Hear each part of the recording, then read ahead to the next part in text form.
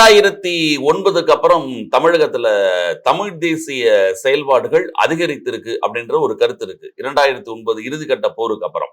இதை முன்னெடுத்து ஆரம்ப காலத்தில் இருந்து இங்கு ஈழத்திற்கான ஆதரவுகள் அதிகமாக இருந்தது.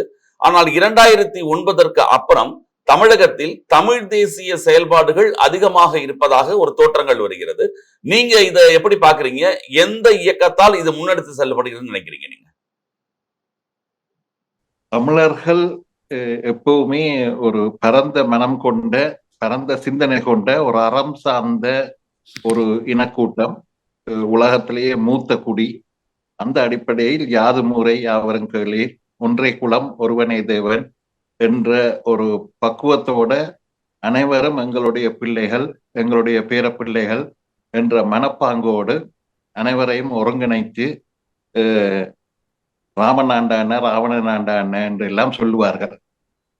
அந்த அடிப்படையில் ஆரியம் என்ற அண்ணன், திராவிடம் என்ற அண்ணன், இவர்கள் எல்லாரும் தமிழ் நல்லா பேசக்கூடியவர்களாக தங்களை உருமாற்றிக்கொண்டு, தமிழர்களாக தங்களை அடையாளம் கட்டிக்கொண்டு, தமிழர்களை தங்களுக்கு ஆளுவதற்காக ஆளுவதே இலக்காக வைத்துக்கொண்டு ஒரு உள்நோக்கோட ஆட்சியும் செய்தார்கள். 2000 ஆண்டாக தமிழர்கள் தங்களுடைய இருப்பை தாங்களாகவே இழக்கிற ஒரு சூழலை உருவாக்கினார்கள். இது ஒரு மிகப்பெரிய ஒரு ஏமாற்று வேலை என்றதையும் பார்க்க பெருந்தன்மையின் ஒரு குறியீடு. தமிழர்கள் காலப்போக்கில் 2000 ஆண்டாக தங்களுக்கு நடப்பது அநீதி மட்டுமல்ல, ஆக்கிரமிப்பு மட்டுமல்ல, அடிமையாக்கும் ஒரு குள்ளநரி வேலை திட்டங்கள். இது ஒருவரை குற்றம் சாட்டுவதில்லை. காலகாலமாக நடந்து வந்த வினையின் எதிர்வினையை காட்ட வேண்டிய சூழல் எப்ப தெரிய வந்தது என்று சொன்னால், இனப்படுகொலை என்ற அதி உச்ச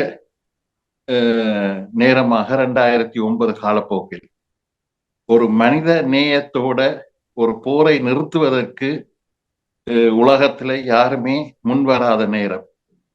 உலகம் தமிழர்கள் இல்லாத நாடு இல்லை. தமிழர்களுக்கென்று ஒரு நாடு இல்லாத பொழுதும், தமிழர்களுக்கென்று இரு தேசிய தேசங்கள் இருந்த பொழுதும், தமிழ்நாடு, தமிழீழம் என்று 2 தமிழ் தேசங்கள் இருந்த பொழுதும், உலகம் முழுக்க தமிழர்கள் பறந்து வாழ்ந்த பொழுதும், அந்த குரல் எங்கும் எதிலும் எதிரொலிக்கவில்லை. தமிழர்களுக்காக ஒரு போரை நிறுத்துவதற்கு, அந்த அழிவை தடுப்பதற்கு யாரும் முன் வரவில்லை.